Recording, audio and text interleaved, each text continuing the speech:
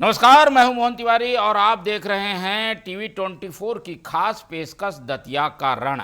दतिया का रण पिछले 15 दिनों से लगातार हम दिखा रहे हैं और अब उस रण का परिणाम सामने आने वाला है। 12 बज चुके हैं और 12 बजे तक की जो स्थिति है उसके मुताबिक चिंता बीजेपी की बढ़ रही है, क्योंकि अचानक जो इस राउंड की गिनती हुई है उसमें बीजेपी प्रत्याशी पीछे हो गए हैं। क्या है दतिया का रण और परिणाम किस ओर जाते हुए दिख रहे हैं, इस पूरे आधे घंटे हम इस पर डिबेट करेंगे और जानने की कोशिश करेंगे कि परिणाम के असली मायने क्या हैं। आपके स्क्रीन पर सीधे नजर आ रहे हैं परिणाम, जिसमें घनश्याम सिंह फिलहाल आगे दिखाई दे रहे हैं। तो शुरुआत करते हैं ब्रेकिंग खबर से जो इस राउंड के परिणाम से जुड़ी हुई है। दतिया के रण का बड़ी ब्रेकिंग, दतिया के रण की बड़ी ब्रेकिंग।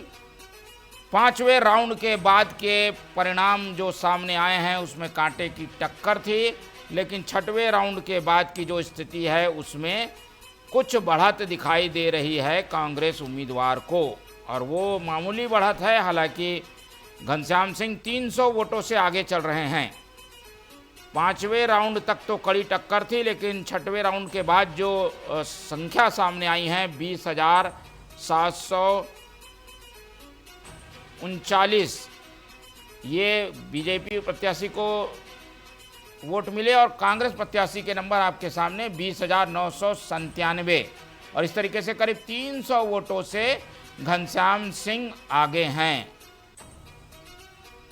काफ़ी करीबी मुकाबला अब तक इस विधानसभा में होता रहा है और हर राउंड में परिणाम बदलते भी देखे गए हैं, लेकिन अब तक का बड़ा उलटफेर यही है कि कांग्रेस उम्मीदवार अचानक से आगे हो गए हैं। लेकिन अभी करीब आधे राउंड की चर्चा और बाकी है, यानी करीब 12 राउंड हैं, उसमें से 6 राउंड ही हुए हैं, 6 राउंड और बाकी हैं। इसलिए कुछ भी कहना फिलहाल जल्दबाजी होगी। घनश्याम सिंह वैसे तो 300 वोटों से आगे हैं।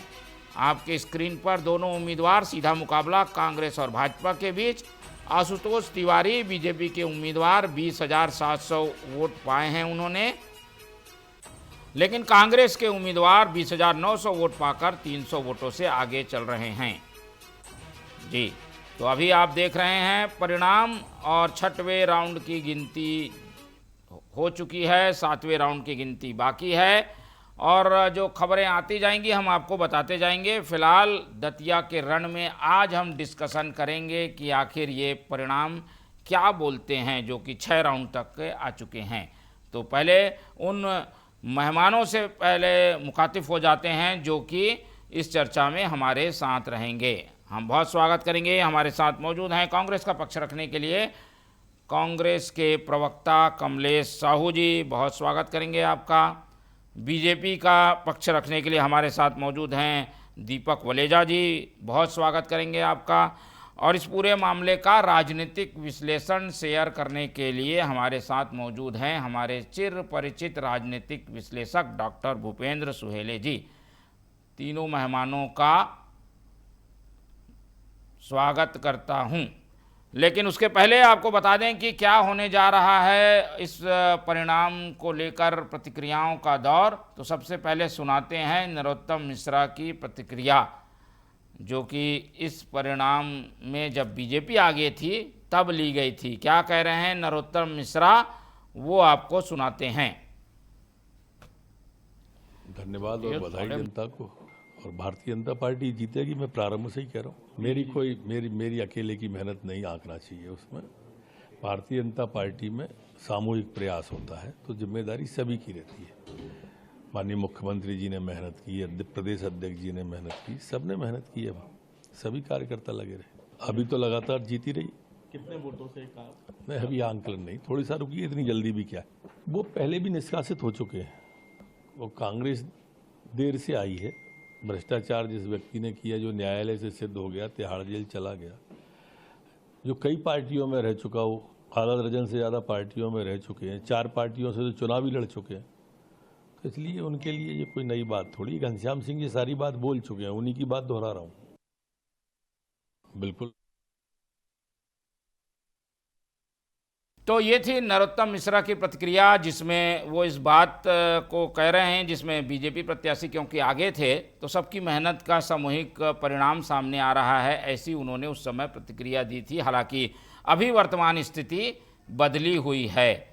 अब कांग्रेस की भी प्रतिक्रिया सुन लेते हैं। हालांकि ये कुछ समय पहले की प्रतिक्रिया हैं, लेकिन कांग्रेस क्या कह रही है, जीतू पटवारी जो कि पीसीसी चीफ हैं मध्य प्रदेश कांग्रेस के, वो क्या कह रहे हैं, सुनिए।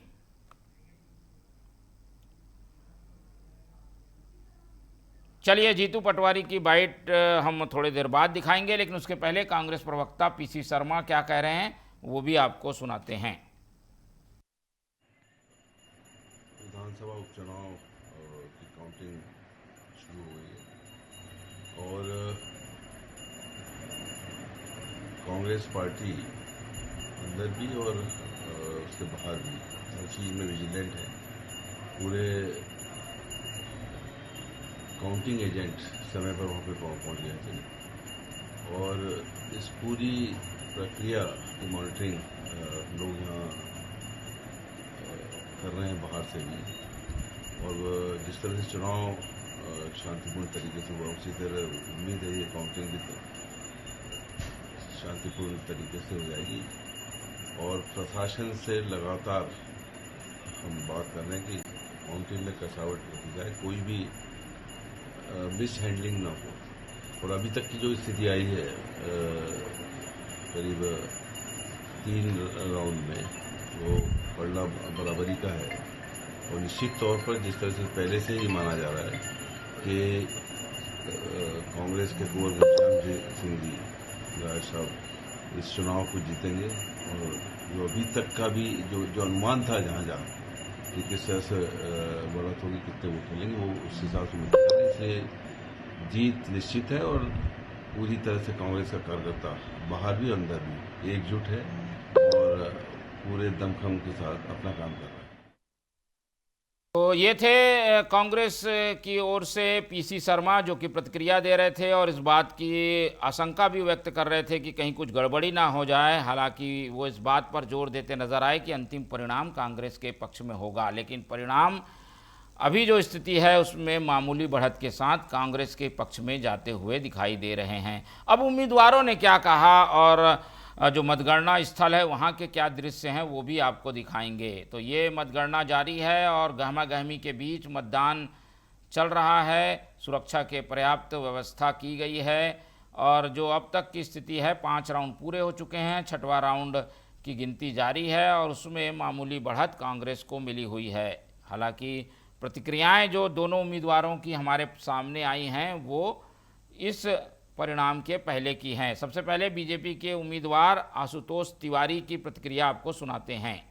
आशुतोष तिवारी क्या कह रहे हैं, आइए आप सुनिए। सबका आशीर्वाद भाजपा के साथ है, अपार समर्थन सबका मिला है। मैं हाथ जोड़कर सर झुका करके सबके समर्थन के प्रति कृतज्ञता ज्ञापित करता हूं। मतदाताओं ने विकास के एजेंडे पर मध्य प्रदेश की भाजपा सरकार, डॉक्टर मोहन यादव जी की सरकार को अपना आशीर्वाद दिया है। सबका आशीर्वाद कमल के फूल के साथ है। माननीय मोदी जी को सबका आशीर्वाद है। वो कांग्रेस कुनबे की बात है, मैं दूसरे के परिवार पर टिप्पणी नहीं करता। 100% आश्वस्त हूँ, 100%।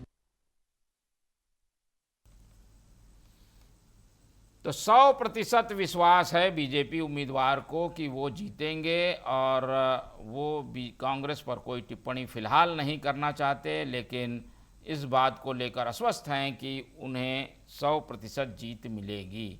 अब कांग्रेस उम्मीदवार की भी प्रतिक्रिया सुन लेते हैं, वो क्या दावा कर रहे हैं। घनश्याम सिंह कांग्रेस के उम्मीदवार, बड़ा दांव कांग्रेस ने उनके नाम पर चला है। सुनिए क्या कह रहे हैं घनश्याम सिंह।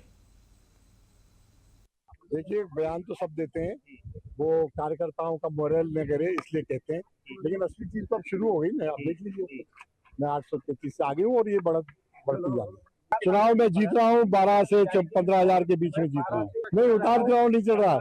शुरू में केवल पहला राउंड हम पीछे थे, फिर लगातार हम बढ़त लेते जा रहे हैं और अब 833 की बढ़त हो गई है चौथे राउंड पे। देखिए, पहला राउंड में जो गांव थे, बड़ौन कला, धौर्रा, गोरा, कोटरा, पचोखड़ा, डंगरा कुआ, हिनौतिया, भिल्ला, हिड़ोरा, ये सबसे पहले राउंड में, उसमें मैं पीछे रहा 1200 वोट से।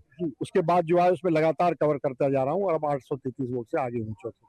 अब आगे क्या लगता है? आगे मैं कवर करता जाऊंगा और शहर से कम 8000 वोट की अतिरिक्त बढ़त मिलेगी। उसके बाद जो दिनारा रोड के गांव है वहां से भी बढ़त मिलेगी। बसई में लगभग बराबर से रहेंगे। बड़ौनी में मैं जीता, बहुत साल बाद कांग्रेस जीती, 12,000 से 15,000 के बीच। तो ये वो राजनेता के गुण होते हैं जिसमें उसे पता हो कि उसे कहाँ कहाँ लीड मिलेगी। तो ये घनश्याम सिंह जो कि बता रहे हैं कि उन्हें कहाँ कहाँ पर कितनी लीड मिलेगी। हालांकि उनके आकलन अगर सही बैठे तो कांग्रेस की जीत हो सकती है। शहर में उन्होंने 8,000 की लीड का दावा कर दिया और 2 और क्षेत्र जहां पर बीजेपी को लीड मिलती है वो अपने में लीड जोड़कर चल रहे हैं, जिससे जीत का दावा उनकी ओर से 10 से 12,000 का है। उपचुनाव में इस तरीके की जीत को भी बड़ा माना जाता है, क्योंकि उपचुनाव में एक बड़ी भूमिका सरकारी तंत्र और सत्ता पक्ष के संगठन की भी होती है। ऐसे में कांग्रेस और भाजपा की प्रतिक्रिया के बाद अब सीधे रुख करते हैं अपने मेहमानों की ओर, जो कि इस पूरे मामले में प्रकाश डालेंगे कि आखिर दतिया में हो क्या रहा है और दतिया का परिणाम क्या कहने वाला है। हम बहुत स्वागत करेंगे, हमारे साथ कमलेश साहू जी कांग्रेस का पक्ष रखने के लिए मौजूद हैं, बहुत स्वागत है। दीपक वलेजा जी बीजेपी का पक्ष रखेंगे, बहुत स्वागत करेंगे आपका। और हमारे चिर परिचित राजनीतिक विश्लेषक डॉक्टर भूपेंद्र सुहेले जी हमारे साथ मौजूद हैं, बहुत स्वागत है उनका भी। तीनों मेहमान हमारे साथ बने हुए हैं। जैसा कि हमने बताया कि परिणाम में मामूली बढ़त कांग्रेस को मिल गई है और कांग्रेस के खेमे में खुशी की लहर आ गई है, क्योंकि 6 राउंड होने के बाद भी अगर बराबरी की स्थिति दिख रही है या मामूली बढ़त कांग्रेस को दिख रही है तो चिंता बीजेपी को करनी चाहिए। सीधा सवाल पहले बीजेपी से ले लेते हैं। दीपक जी, चिंता हो रही है क्या? 300 की बढ़त कांग्रेस को मिल गई है? नहीं आदरणीय, मुझे कोई भी चिंता नहीं है, ना हमारी भारतीय जनता पार्टी किसी कार्यकर्ता को चिंता है। निश्चित रूप से शुरू से लेकर हम बड़ा बढ़ाए हुए थे। अभी 1-2 राउंडों से जरूर हम थोड़ा पीछे हो गए थे, पर हमने उसको वापस रिकवर करा के लगभग 200 वोटों का ही अंतर है, जो कि हम निश्चित रूप से कवर करके और आगे बढ़त बढ़ाएंगे और भारी मतों से जीतेंगे चुनाव। और जीतने का प्रमुख कारण भी ये है क्योंकि हमारे भारतीय जनता पार्टी के पास विजन था, हमारे पास चुनाव लड़ने के कारण थे, हमारे पास चुनाव लड़ने की जो परिपाटी थी वो थी। पर कांग्रेस के पास ना कोई विजन था ना कुछ था। उनके जो पूर्व प्रत्याशी थे, पूर्व विधायक थे राजेंद्र भारती जी को भ्रष्टाचार के आरोप में कहीं ना कहीं निलंबित किया गया। तो ये चुनाव का रूप स्पष्ट था कि भ्रष्टाचार बनाम जो है वो विकास की बात थी। और विकास के मुद्दों पे जो नरोत्तम मिश्रा जी ने लगातार बहुत सारे कार्य किए हैं दतिया क्षेत्र में, दतिया विधानसभा में, और उसका ही परिणाम था कि भारतीय जनता पार्टी के कार्यकर्ताओं को एक बहुत ही अच्छा सकारात्मक माहौल मिला। और सकारात्मक माहौल में उन्होंने मेहनत की और निश्चित ही उन सैकड़ों कार्यकर्ताओं की मेहनत जो है रंग लाएगी।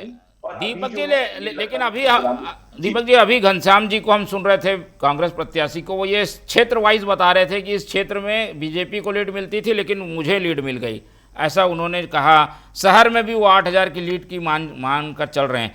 ऐसे में समीकरण जो है वो थोड़े से उधर जाते दिख रहे हैं कांग्रेस के दावे के हिसाब से। क्या देखिए, मुंगेरी लाल के सपने देखने और उसको यथार्थ होने में बहुत ज्यादा फर्क होता है।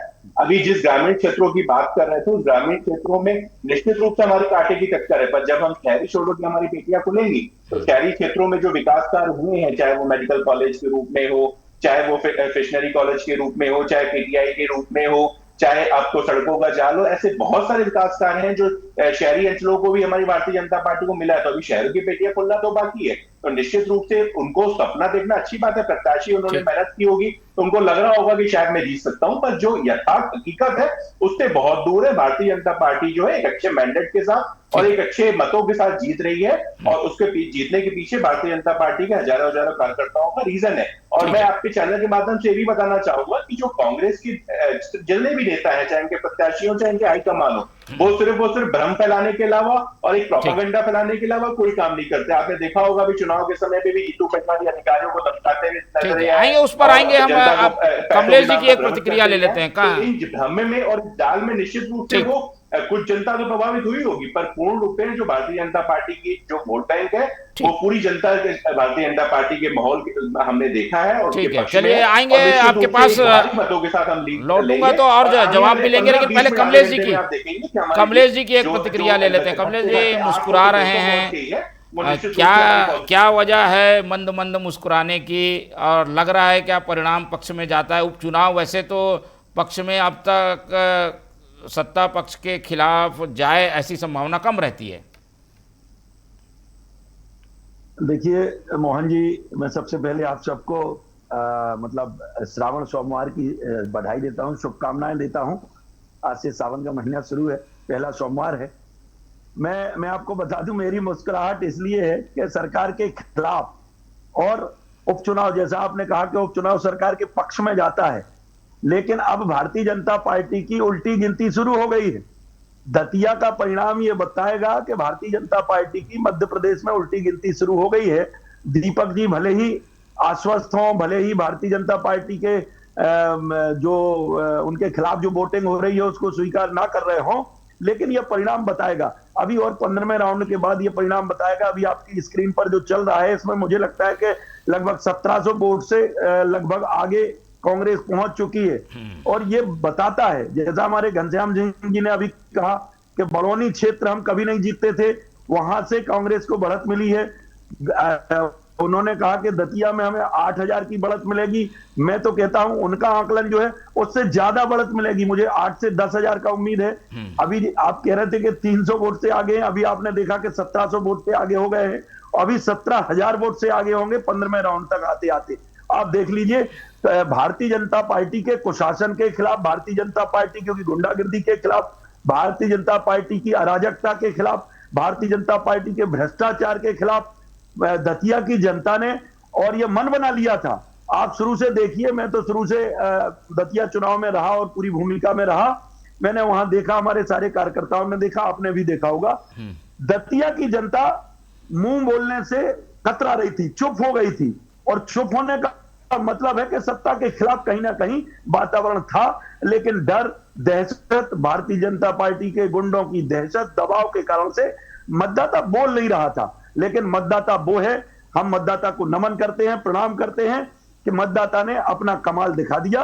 और ये बढ़त जो कांग्रेस पार्टी को मिल रही है, ये जनता की जीत है, दतिया की जनता की जीत है, दतिया के वोटरों की जीत होगी निस्संदेह। अभी देखेंगे आप 15वें राउंड तक आते आते, और हम अच्छी लीड से जीतेंगे। मुझे लगता है कि 15,000 के ऊपर हमारी लीड होगी। चलिए, ये कांग्रेस का दावा है, लेकिन ये परिणाम क्या बताते हैं, कहाँ पर क्या समीकरण बैठ रहे हैं, समझने के लिए रुक कर लेते हैं डॉक्टर भूपेंद्र सुहेले जी का। भूपेंद्र जी, क्या स्थितियां बन रही हैं? ऊंच नीच होते हुए अब कांग्रेस को लीड मिल गई है। कुछ खास पॉकेट के अभी गिनती हो रही है क्या, जिसकी वजह से लीड कांग्रेस की ओर दिखाई देती है? शुरू में बीजेपी की ओर लीड थी। देखिए मोहन जी, मेरी आवाज आ रही है मोहन जी? बिल्कुल आ रही है जी। देखिए मोहन जी, दतिया का चुनाव निश्चित रूप से बहुत बड़ा चुनाव हो गया था, क्योंकि नरोत्तम जी का टिकट कटा और टिकट कटने के बाद फिर वहाँ पे 24 घंटे जो संगठनात्मक रूप से वहाँ की जनता ने जिस तरह से व्यवहार किया, और फिर उसके बाद नया उम्मीदवार बीजेपी ने दिया, और फिर उस हिसाब से नरोत्तम जी ने फिर कमान करी, और जिस तरह से कमान कसने के बाद, क्योंकि अब उनका राजनीति भविष्य तय करता था कि दतिया के चुनाव के कारण, तो दतिया के चुनाव में उनकी मुख्य भूमिका के साथ साथ उस कैंडिडेट जो आशुतोष तिवारी थे उनको जिताने की भी जिम्मेदारी उनकी थी। लेकिन कांग्रेस जो वहां पे पारंपरिक मध्य प्रदेश में विपक्ष की पार्टी, दो ध्रुवी राजनीति है यहाँ पे, एक कांग्रेस और बीजेपी, और कांग्रेस ने जिस तरह से 291 बूथों पर जिस तरह से वहाँ के जो राज्य के संगठन के रूप में जो वहाँ का संगठन था, जीतू पटवारी और उनकी टीम ने जिस तरह से चुनाव लड़ा, वो एक अच्छा सिग्नेट था। लेकिन बीजेपी भी लगातार, चाहे कोई भी चुनाव हो, और उस चुनाव को बड़ी गंभीरता से लेती है, चाहे वो निकाय का चुनाव हो, चाहे वो पार्लियामेंट का, चाहे विधानसभा को चुनाव। तो उसने भी अपने जातिगत नेताओं को उतारा, और इस चुनाव में अभी 5वें राउंड की गिनती, 6वें राउंड की गिनती शुरू हो गई है। अभी मैं देख रहा था 1800 वोटों से 1806 वोट से आगे चल रहे थे घनश्याम जी। तो ये अभी रुझान है। अभी 15 राउंड की काउंटिंग होनी है। लगभग अभी 50 वोटों की 71 वहां मतदान, 80 का वोट का अंतर आया। वहां कुल मतदाता 2,20,000 हैं। तो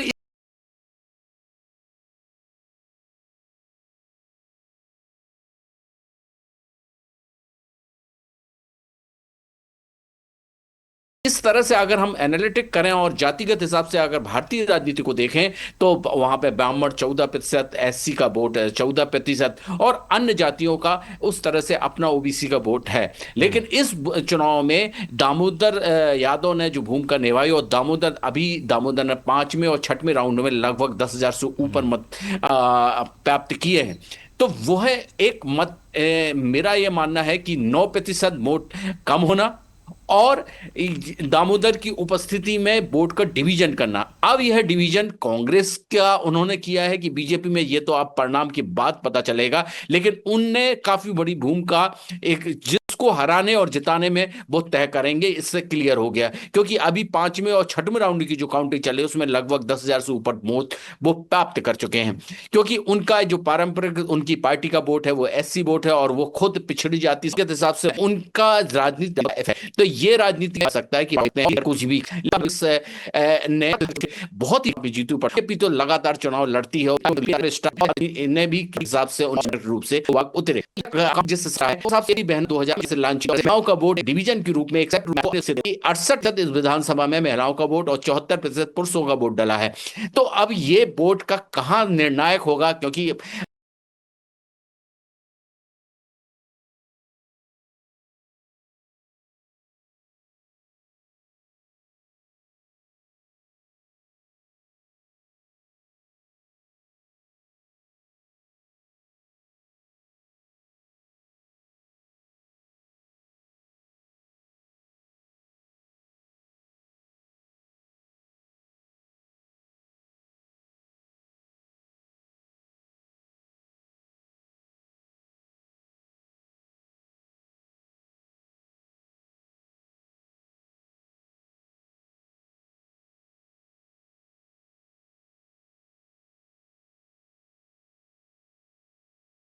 मुझे लगता है कि 10वें राउंड क्या, अब तो लास्ट राउंड तक ही पता चलेगा, क्योंकि जो जिस प्रकार से लीड और घट और बढ़ रही है तो जीतने का ज्यादा गैप नहीं रहेगा। और हम पिछली बार अगर विधानसभा 2023 का देखें तो 7,700 कुछ मतों से नरोत्तम जी हारे थे। तो ये जो मैं दोनों प्रवक्ताओं से एक प्रश्न करना चाहूंगा पत्रकार की दृष्टि से कि ये 9% जो कम मतदान हुआ है, और हमने भारतीय राजनीति हमेशा देखा है कि मतदान जहां अधिकांश होता है वो बीजेपी के लिए फायदेमंद होता है। ये मतदान क्या आपके दोनों लोगों के सक्रिय राजनीति रूप से आप लोग उतरे, संगठनात्मक रूप से लोगे, ये किसको फायदा देगा और किसको नुकसान? क्योंकि 22 साल से बीजेपी की सरकार है यहाँ, 2.5 साल से मोहन यादव की सरकार है। तो मैं ये पूछना चाहता हूं दोनों मतदाताओं, दोनों प्रवक्ताओं से कि ये 9% का जो मतदान कम हुआ है, क्या ये जनता के रुझान को आप मतदान तक नहीं ला पाए, या किसको नुकसान? क्या लग रहा है ये वोटिंग पर प्रतिशत कम होना, ऊपर से कुछ समीकरण, टिकट को काटना, फिर नाराजगी, फिर मनाना, ये सब कुछ नुकसान तो नहीं कर जाएगा? क्योंकि स्क्रीन पर जो आंकड़े आ रहे हैं वो करीब 1500 से ज़्यादा के अंतर आ चुका है अब तक परिणाम में। देखिए मोहन जी, सबसे पहले तो मैं हमारे जो वरिष्ठ पत्रकार हैं भूपेन जी, मैं उनका बहुत सम्मान करता हूँ। सिर्फ और सिर्फ मैं क्या, मध्य प्रदेश की भारतीय जनता पार्टी का लगभग हर कार्यकर्ता उनका बहुत सम्मान करता है और उनकी बात को बड़ा गंभीरता से सुनता है। तो उनकी बात का मैं बड़े सौम्यता से जवाब देना चाहूंगा। आप आम चुनाव से अगर इसको कंपेरिजन करेंगे तो डेफिनेटली हमारा जो ये मतदान का प्रतिशत है वो कम हुआ है। पर अगर आप बाय इलेक्शन की बात करेंगे, उपचुनाव की बात करेंगे, तो जहां जहां मध्य प्रदेश में या अन्य जगहों पे उपचुनाव हुए हैं तो उसका जो वोटिंग प्रतिशत है ये सर्वाधिक रहा है। तो इसको हम उस दृष्टिकोण से भी देखेंगे तो हमें थोड़ा इसको देखने में आसानी होगी। अब बात कर रहे थे कमलेश साहू जी, हमारे कांग्रेस प्रवक्ता जी, वो बोल रहे थे कि गुंडागर्दी। तो गुंडागर्दी किसने कहा? ये आपके चैनल के माध्यम से भी और अन्य माध्यमों से भी हमने देखा कि जीतू पटवारी कैसे हो हल्ला कर रहे थे, अधिकारियों को धमकाने का काम कर रहे थे, जनता को धमकाने का काम कर रहे थे, पैसे आए तो पैसे मत देना, इस तरीके से मिथ्या आरोप कर रहे थे। उसके बाद संगठन की बात करें तो इनका कांग्रेस का संगठन पूरी तरीके से बिखरा हुआ था। इनके आदेश नायक घर से नहीं निकले, राजन बात पे तो उन्होंने अभी कार्रवाई कर दी तो स्पष्ट दिखाई देता है कि उनका विरोध किया। तो इनके अंदर जो अंतरकलह थी, इनके अंदर जो गुटबाजी थी वो साफ दिखा रही थी। मैं आपके चैनल के माध्यम से पूछना चाहूंगा कि अगर इन्होंने कमलनाथ, अजय सिंह राहुल जैसे बड़े नेताओं को अगर निष्कासित नहीं किया है और अभी भी अगर वो कांग्रेस के नेता है या कार्यकर्ता है तो वो कहाँ थे इस चुनाव में? दूर दूर तक आपको तो नहीं दिखे होंगे, मुझे भी नहीं दिखे। तो ये दर्शाता है कि भारतीय जनता पार्टी के परिवार के अंदर एकजुटता से हमने काम किया, अपनी बात को पूर्ण रूप में रखने की कोशिश की और हमने रखी भी है। और निश्चित रूप से ये शुरुआती रुझान कह सकते हैं, इसको हम पूरी तरीके से परिणाम नहीं बोल सकते हैं। आप अभी हमारे जो वरिष्ठ पत्रकार बोल रहे थे कि 15 राउंड बचे हैं, 15 राउंड में 6वें 7वें राउंड की गिनती है। निश्चित रूप से जैसे जैसे ये राउंड बढ़ेंगे, हम एक अच्छे मैंडेट के साथ, एक अच्छे अंतराल के साथ बढ़त बनाएंगे और निश्चित रूप से आपके ही चैनल ये दिखाएगा कि भारतीय जनता पार्टी के आशुतोष तिवारी जी इतने हजारों वोटों से जीते। तो ये जो सिर्फ और सिर्फ इनको खुश करने के लिए, थोड़ा कार्यकर्ताओं का मनोबल बढ़ाने के लिए तो ठीक है इनके थोड़े बहुत आंकड़े, पर जब अंतिम परिणाम आएंगे, जब हमारी 10वीं राउंड और 11वें राउंड के परिणाम आएंगे, तो जब हमारी बढ़त मिलना स्टार्ट होगी, क्योंकि मैंने पहले भी बोला शहरी क्षेत्र में भाजपा के बहुत कार्य किए गए। और एक चीज ये भी मैं आपको बताना चाहूंगा, याद दिलाना चाहूंगा कि दतिया जो है, वैसे परंपरागत सीट हमेशा जो रही है वो कांग्रेस की रही है। नरोत्तम मिश्र जी के आने के बाद उन्होंने विकास कार्य किए हैं, वहां पे अपनी पैठ बनाई है, पर ये जो पुरानी परंपरागत सीट है वो कांग्रेस की रही है। तो निश्चित रूप से उस सीट पे हमने अपना काम किया है, अपनी बात पहुंचाने की जन जन तक, अपनी जो जन कल्याणकारी योजनाएं हैं उनको पहुंचाया है और उसी जन कल्याणकारी योजनाओं को बकायदा जनता तक पहुंचाने के बाद हमारे पक्ष में परिणाम आएंगे, ऐसा मैं मानता हूं। और अंतिम चुनाव परिणाम को उस तक देखना चाहिए जब तक आपको सर्टिफिकेट नहीं मिल जाता। बिल्कुल, चलिए हम वेट करेंगे, लेकिन एक लेटेस्ट अपडेट के लिए रुक कर लेते हैं हमारे एमपी एडिटर जो अतुल विनोद पाठक जी का, उनसे अपडेट सुन लेते हैं, फिर लौटेंगे इस डिबेट में। अतुल जी, क्या अपडेट आ रही है? स्क्रीन पर भी हम कुछ दिखा रहे हैं, 1500-1700 की लीड कांग्रेस को दिखाई दे रही है, कुछ नया अपडेट है तो वो भी बताइए। और ये क्या फैक्टर काम कर गया कि अचानक कांग्रेस की लीड इस राउंड में बढ़ गई है? देखिए, अलग अलग समीकरण जी, चलिए अतुल जी, आपकी आवाज़ हम तक नहीं पहुंच पा रही, हम आपके पास लौटेंगे यही सवाल को लेकर जब तक कमलेश जी की टिप्पणी ले लेता हूं। कमलेश जी, आप लोगों के लिए तो काफ़ी अच्छी खबरें आ रही हैं, पर अभी राउंड काफ़ी बाकी हैं, एक आध राउंड की बढ़त से खुश नहीं हुआ जाता और अंतर पिछली बार 7000 का था, अभी तो केवल 1500 की ही आप लोग की बढ़त है, क्या कहेंगे? देखिए, ये बात सही है, आपका कहना सही है कि एक आध राउंड की बढ़त से हम बहुत ज्यादा खुशी जाहिर नहीं कर रहे हैं, लेकिन मैं पहले से सुबह से भी मैं जहां बैठा मैंने यही बात कही है कि एक राउंड में यदि भारतीय जनता पार्टी आगे हो गई है तो इसका यह मतलब नहीं है 5वें राउंड के बाद कांग्रेस को बढ़त मिलेगी, आप देख लेना, और वही हो रहा है। आप देखिए, अब हमारी लीड कम होने वाली नहीं है, अभी 1500-1700 की लीड है। अभी देखिए आप 6वां राउंड 7वां राउंड जैसे जैसे खुलेंगे और आदरणीय घनश्याम सिंह जी की लीड निरंतर बढ़ती जाएगी। आदरणीय भूपेंद्र जी ने जो बात कही मैं उसका भी जवाब देता हूं। उन्होंने मुझसे एक प्रश्न किया था कि ये कम जो वोट हुआ है, 9% मतदान कम हुआ है, इसका कारण कहीं ना कहीं भारतीय जनता पार्टी से जनता नाराज रहती है। कभी भी आप देखिए, जब सत्ता से जनता नाराज होती है तो वो गुस्से में वोट डालने नहीं जाती है, उसको कोई भी दल कितना भी प्रभावित करने का प्रयास करे, लेकिन जो सत्ता के कुशासन से, सत्ता की नीतियों से जब जनता नाराज होती है तो कहीं ना कहीं वो हताश होकर घर बैठ जाती है कि हमें किसी को वोट नहीं देना। नहीं, ये लगता तो है कि उस कारण से कमलेश जी कहा ये जाता था अब तक तो कि ज्यादा वोटिंग करते हैं तो सरकार के खिलाफ वोट का होता है, लोग नाराज होकर वोट करने जाते हैं। यहाँ तो वोटिंग कम हुई है, उदासीन हो गए हैं लोग, यहाँ वोटिंग के परिणाम को लेकर ज्यादा उत्साह नहीं है, ऐसा कहा जा रहा है। उत्साह इसलिए नहीं है कि भारतीय जनता पार्टी ने जबरदस्ती ये उपचुनाव के रूप में थोप दिया जनता के ऊपर। जनता चाह नहीं रही थी कि दतिया में चुनाव हो। जनता ने, आप सोचिए कि मतलब मध्य प्रदेश के गृह मंत्री को चुनाव हराकर और राजेंद्र भारती जी को चुनाव जिताया था। ये कितनी बड़ी बात है अपने आप में। आप कल्पना करिए इस बात को कि सत्ता में रहते हुए और चुनाव हार जाना, वो भी गृह मंत्री का। मतलब जनता ने सत्ता के खिलाफ वोटिंग की थी और जनता चाह रही थी कि पूरे 5 साल कांग्रेस का विधायक रहे, लेकिन बीच में षड्यंत्र पूर्वक या जो भी घटनाक्रम हुआ हो, उसमें बीच में 2.5 साल के अंदर ही यह चुनाव हो गया। इस कारण से जनता कहीं ना कहीं निराश थी और आप देखिए भारतीय जनता पार्टी जो अपने अनुशासन का दम्भ भरती है, भारतीय जनता पार्टी के कार्यकर्ताओं ने आप पोलिंग बूथ से लेकर जिला अध्यक्ष और जिला पंचायत अध्यक्ष से लेकर सारी संस्थाओं के भारतीय जनता पार्टी के निर्वाचित प्रतिनिधियों ने, कार्यकर्ताओं ने, मंडल अध्यक्षों ने, जिला अध्यक्षों ने इस्तीफे दे दिए थे। मतलब भारतीय जनता दतिया भारतीय जनता विहीन हो गई थी, भारतीय जनता पार्टी विहीन हो गई थी, ये कहा जाने लगा था। एक भी कार्यकर्ता नहीं बचा था। कितना असंतोष भारतीय जनता पार्टी के कार्यकर्ताओं में होगा, और इनकी अंतरकलह पूरे देश और दुनिया ने देखी है।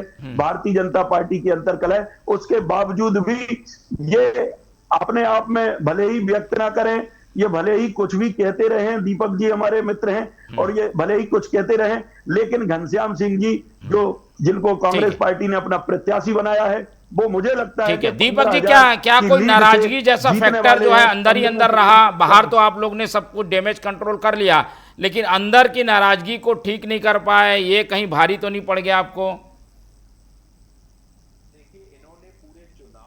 आपने अगर इस गंभीरता से देखा होगा, मैं तो खुद तो 4-5 दिन दतिया में था, तो इस पूरे चुनाव में इन्होंने ये भ्रम फैलाने की, और जो दो भाई हैं आशुतोष तिवारी जी और नरोत्तम मिश्रा जी, उसमें फूट डलाने की बहुत कोशिश की, और उससे व्यथित होके बड़े मंच से कांग्रेस के इस भ्रम फैलाने पे माननीय नरोत्तम मिश्रा जी के आंसू भी निकल आया था। उन्होंने बोला कि भाई भाई में आप फूट बनाने की कोशिश कर रहे हैं, और नरोत्तम मिश्रा जी हमेशा से आशुतोष तिवारी जी के अभिभावक थे, हैं और रहेंगे। तो इस भ्रम में तो आप बिल्कुल भी मत करिए। और जिन कार्यकर्ताओं की बात कर रहे हैं कि भाजपा विहीन होने चाहिए, यही एक सुंदरता है भारतीय जनता पार्टी के अनुशासन की, कि वही सारे कार्यकर्ता मिलके उन्होंने कोई भी स्थानीय कार्यकर्ताओं के बिना कभी कोई चुनाव नहीं लड़ा जा सकता। अगर मैं गलत बोल रहा हूं तो मुझे हमारे वरिष्ठ पत्रकार भी बैठे हैं, आप भी। ठीक है, चलिए दीपक जी के पास लौटेंगे। हमारे साथ हमारे एमपी के एडिटर अतुल विनोद पाठक जी जुड़ गए हैं, उनसे अपडेट ले लेते हैं। हमारी बात अधूरी रह गई थी। अतुल जी, क्या नया अपडेट है? हम स्क्रीन पर जो दिखा रहे हैं उसमें भी कुछ परिवर्तन हुआ है क्या? काफ़ी बढ़त, मतलब 1500 से ज़्यादा की बढ़त दिखाई दे रही है कांग्रेस की। निश्चित रूप से फिलहाल कांग्रेस आगे दिखाई दे रही है, लेकिन जिस तरह के कांग्रेस के पक्ष में नतीजे की उम्मीद की जा रही थी, वो अभी उस तरह की लहर नहीं दिखाई दे रही। क्योंकि जब मैं वहां पर था, 3 से 4 दिन में दतिया में रहा, तो वहां जनता का मिजाज पूरी तरह से कांग्रेस के पक्ष में दिखाई दे रहा था, बीजेपी के विरोध में था। लेकिन मतदान होने तक बीजेपी ने काफी कवर किया। इसी वजह से ये स्थिति हो रही है कि पहले 2 राउंड में बीजेपी ने बढ़त बनाई, तीसरे राउंड में फिर 139 के लगभग मतों का मार्जिन रहा, और अब जो राउंड दिखाई दे रहा है उसमें 1500-1700 की बढ़त कांग्रेस को मिल चुकी है। तो ये एक मैंडेट की तरफ हम जाते हुए दिख रहे हैं। यदि ये ट्रेंड बरकरार रहता है तो ये सीट कांग्रेस के पक्ष में जा सकती है। लेकिन कई बूथ ऐसे होते हैं जहां पर कांग्रेस का प्रभाव अधिक है, जैसा कि पहले के बूथ के जब नतीजे वहां की मतपेटियां खुली या ईवीएम खुली तो वहां बीजेपी के पक्ष में वोट होते दिखाई दिए। अब कांग्रेस के पक्ष में पूरा नतीजा होते हुए दिखाई दे रहा है। तो ये जो ट्रेंड है ये किस करवट बैठेगा ये कहा नहीं जा सकता, लेकिन फिलहाल जो मार्जिन है वो कांग्रेस के पक्ष में दिखाई दे रहा। ये ऐसा नजर आता है कि यदि इसी तरह का ट्रेंड बना रहा तो सीट कांग्रेस के पक्ष में चली जाएगी, और जो अंतर रहेगा 5 से 7 हजार वोटों का रहेगा। सबसे बड़ा जो निर्णायक वोट है वो आजाद समाज पार्टी के कारण बना है, क्योंकि आजाद समाज पार्टी में 8 से 10 हजार वोट अभी तक गए, जो निश्चित रूप से इसकी वजह से बीजेपी का जो नुकसान था उसमें कुछ भरपाई हुई है। क्योंकि ऐसा माना जा रहा है कि जो वोट आजाद समाज पार्टी को गए हैं वो वोट कांग्रेस की तरफ जाते, लेकिन वो डाइवर्ट हो गए। बीजेपी को उससे कम नुकसान झेलना पड़ा, लेकिन फिलहाल बीजेपी अभी गड्ढे में है। 2000 के लगभग बीजेपी को नुकसान है। बीजेपी के रणनीतिकारों के लिए एक चुनौती जरूर है, क्योंकि प्रदेश अध्यक्ष लगातार वहां पर मौजूद रहे। मंत्रियों को हमने गांव खेड़ों में घूमते हुए देखा, अलग अलग जाति वर्ग के विधायक मंत्री सबको उतारा गया। सारे समीकरणों को भारतीय जनता पार्टी ने साधने की कोशिश की, लेकिन जो फिलहाल नतीजे दिख रहे हैं वो बहुत ही अप्रत्याशित तो नहीं है, लेकिन निश्चित रूप से बीजेपी के पक्ष में तो नहीं दिखाई देते। ठीक है, और क्या कारण, इसमें प्रमुख वजह क्या देखते हैं? क्या ये जो डैमेज रहा वो नाराजगी की वजह से रहा क्या? नरोत्तम मिश्रा जी की नाराजगी, फिर कुछ दिन मनाने का सिलसिला, कार्यकर्ताओं में मैसेज, इसमें समय लग गया, इस वजह से भी ये डैमेज दिखता है क्या? निश्चित रूप से देखिए कई फैक्टर हैं। देखो बीजेपी के पक्ष में तो ये सीट पहले भी नहीं थी, क्योंकि जब 2023 के चुनाव हुए तो बीजेपी ने नरोत्तम मिश्रा के होते हुए ये सीट खो दी। तो वहां की स्थानीय जनता तो पक्ष में पहले भी नहीं थी। 2.5 साल बाद उपचुनाव हुए, उपचुनाव में जो स्थिति बनी वो स्पष्ट रूप से ये कह रही है कि बीजेपी के पक्ष में कोई मतदाता 2.5 साल में कन्वर्ट हो जाएगा, ये जरूरी तो नहीं। इवन नरोत्तम मिश्रा के विरोधी हैं तो समर्थक भी, और समर्थक हैं तो विरोधी भी है। नरोत्तम मिश्रा को भी टिकट मिलती तो बीजेपी को वो सीट बीजेपी के पक्ष में जाती नहीं दिखाई दे रही थी, इसलिए तो नरोत्तम मिश्रा का टिकट काटा गया। तो कहीं ना कहीं बीजेपी के लिए गड्ढा तो था। नरोत्तम मिश्रा के जाने के बाद कुछ वोट उनके समर्थकों के विरोध में गए, लेकिन उनके जो विरोधी थे उनके वोट बीजेपी के पक्ष में गए। तो फिलहाल तो अभी कहना मुश्किल है कि ऊंट किस करवट बैठेगा, क्योंकि चुनाव के नतीजे जब तक फाइनल आंकड़े नहीं आ जाते तब तक हम नहीं कह सकते कि वास्तव में ये सीट बीजेपी ने लूज की है या नहीं की है। इसलिए अंतिम राउंड तक, अंतिम वोट तक जब तक गिनती पूरी नहीं हो जाती तब तक नहीं कहा जा सकता। लेकिन फिलहाल जो दिख रहा है कि बीजेपी नुकसान में है। ठीक है, चलिए, और इसकी भरपाई कब होगी इस पर हमारी नज़र बने रहेगी। लेकिन चिंता की बात बीजेपी के लिए है। तो दीपक जी हमारे साथ जुड़े हुए हैं, मेरी आवाज़ मिल रही है दीपक जी? जी, हम वही डिस्कशन कर रहे हैं कि चिंता बढ़ रही होगी आप लोगों की, क्योंकि आंकड़े तो कम होने चाहिए थे, वो बढ़ते जा रहे हैं। 300 से 500, फिर 800 और 1800 के आंकड़े सामने हैं। क्या कहेंगे? आदरणीय, मैंने आपसे बोला कि अभी आधी गिनती भी कंप्लीट नहीं हुई है और कांग्रेस के इस जो मुंगरी लाल के सपने हैं, इस पे मैं सिर्फ एक मुझे शेर याद आ रहा है कि रुझानों पर महल बनाने वालों जरा ठहर भी जाओ, लोकतंत्र की किताब में आखिरी पन्ना अभी बाकी है। शोर से नहीं जनादेश से तय होती है जी, इसलिए परिणाम आने तक सब रखना ही समझदारी है। तो मैं शेर के माध्यम से अपने कांग्रेस मित्रों को बोला जाऊंगा कि ज्यादा खुश होने की जरूरत नहीं है। अभी ये लगभग आधी गिनती भी नहीं हुई है और निश्चित रूप से भारतीय जनता पार्टी की सरकार जो है वो अपने जो उन्होंने जन कल्याणकारी योजनाएं की हैं, जनता के हित में काम किए हैं। और मैं इनके चैनल माध्यम से पूछना चाहूंगा कि इन्होंने 2.5 साल के विधायक रहे और 2.5 काम भी बताने के लिए अगर ये सक्षम हो तो बता दे, निश्चित रूप से नहीं बता पाएंगे। और अभी ये विरोध कर रहे थे पर विरोध कर नहीं पा रहे थे अपने राजेंद्र भारती जी का, तो बता उनका स्पष्ट करें कि वो भ्रष्टाचार के साथ खड़े हैं कि किसके साथ खड़े हैं। पर निश्चित रूप से उनके पास बताने के लिए बहुत कुछ होगा नहीं। तो निश्चित रूप से हमारी भारतीय जनता पार्टी का मत था। और नरोत्तम मिश्रा जी की जहां तक बात रही, तो नरोत्तम मिश्रा जी ने दिन रात एक करके अपने पसीना बहा के अपने कार्यकर्ताओं के साथ खड़े रहे हैं और उन्होंने इस चुनाव में अगर असली भूमिका निभाई, और मैं कह सकता हूं कि सबसे ज्यादा आशुतोष तिवारी जी से ज्यादा अगर किसी ने मेहनत की है। एक टिप्पणी ले लेते हैं, साहू जी की टिप्पणी लेते हैं, क्योंकि अब विदा भी लेना है। तो आखिरी फाइनल टिप्पणी कमलेश जी, कहा यह जा रहा है कि ये जो परिणाम हैं वो अनिश्चित हैं, अस्थायी रूप से अभी लीड मिली है। क्या लग रहा है, ये कंटिन्यू कर पाएंगे आप लोग, और इसके पीछे की वजह क्या देखते हैं? देखिए, मैं बार बार कह रहा हूं कि हमारे भारतीय जनता पार्टी के मित्र उत्तेजित ना हो। उनकी उत्तेजना स्वाभाविक है। हार की हताशा बड़ी खराब होती है और सत्ता में रहते हुए हार की हताशा बड़ी खराब होती है। 1-2 राउंड की उसमें आपकी कितनी खुशी आपके अंदर हो रही है, आप असली परिणाम पर आपको जो ये खुशी है ये आप अभी मत बनाइए, अभी परिणाम आना बाकी है। और निश्चित रूप से जो आपकी ये खुशी है दम में परिवर्तन हो जाएगी तो तकलीफ आपको बहुत ज्यादा होने वाली है। इसलिए इतनी जल्दी खुशी मत बनाएं, परिणाम आने दें। और निश्चित रूप से हमारी जश्न में, हमारी भारतीय जनता पार्टी के प्रदेश कार्यालय में हम आपको आमंत्रित करते हैं। ठीक है, चलिए, आप दोनों को अभी काफी समय मिलेगा और मुझे लगता है कि 2-3 बजे जब हम फिर से डिबेट में बैठेंगे तो काफी हद तक स्थिति स्पष्ट रहेगी। एक आखिरी टिप्पणी अतुल जी की ले लेते हैं। अतुल विनोद जी, ये पूरी जो स्थिति बन रही है इसमें राजनीतिक गहमा गहमी भोपाल की क्या कहती है? राजनीतिक गलियारों में क्या चर्चा है इस परिणाम के बाद जो अब तक क्या है? देखिए मोहन जी, ये पहला ऐसा चुनाव मैं देख रहा हूं जिसकी इतनी अधिक चर्चा पूरे देश में है, क्योंकि नरोत्तम मिश्रा का टिकट काटा गया है। तो केंद्रीय आला कमान से लेकर मध्य प्रदेश के नेतृत्व तक, सत्ता से लेकर संगठन तक, भारतीय जनता पार्टी में सबसे ज्यादा हलचल होगी यदि ये सीट बीजेपी हार जाती है। क्योंकि बीजेपी के लिए प्रतिष्ठा का सबब था। ये भी देखा जाएगा, इसका मूल्यांकन भी किया जाएगा कि जो फैसला किया गया नरोत्तम मिश्रा की टिकट काटने का, ये भी मूल्यांकन होगा कि नरोत्तम मिश्रा साथ में तो थे, मंच पर तो दिखाई दे रहे थे, लेकिन उनके समर्थक क्या कर रहे थे, रणनीति कहां फेल हुई। तो अभी नतीजे आने दीजिए, यदि नतीजे बीजेपी के पक्ष में आते हैं तो थोड़ी राहत की बात होगी, लेकिन विपक्ष में आते हैं तो बीजेपी के लिए जरूर मंथन का, चिंतन का और परिवर्तन का विषय जरूर होगा। जी ठीक है, चलिए हमारी निगाह बने रहेगी। फिलहाल आपकी स्क्रीन पर परिणाम दिखाई दे रहे हैं और ऐसा लग रहा है कि 1800 से अधिक की लीड मिल गई है कांग्रेस को, लेकिन अभी 6 राउंड हुए हैं और करीब 16 से 17 राउंड की स्थिति आएगी तो स्थिति स्पष्ट होगी। इस चर्चा में हमारे साथ अतुल विनोद पाठक जी जुड़े, उनका धन्यवाद। हमारे साथ कमलेश साहू जी थे, उनका धन्यवाद।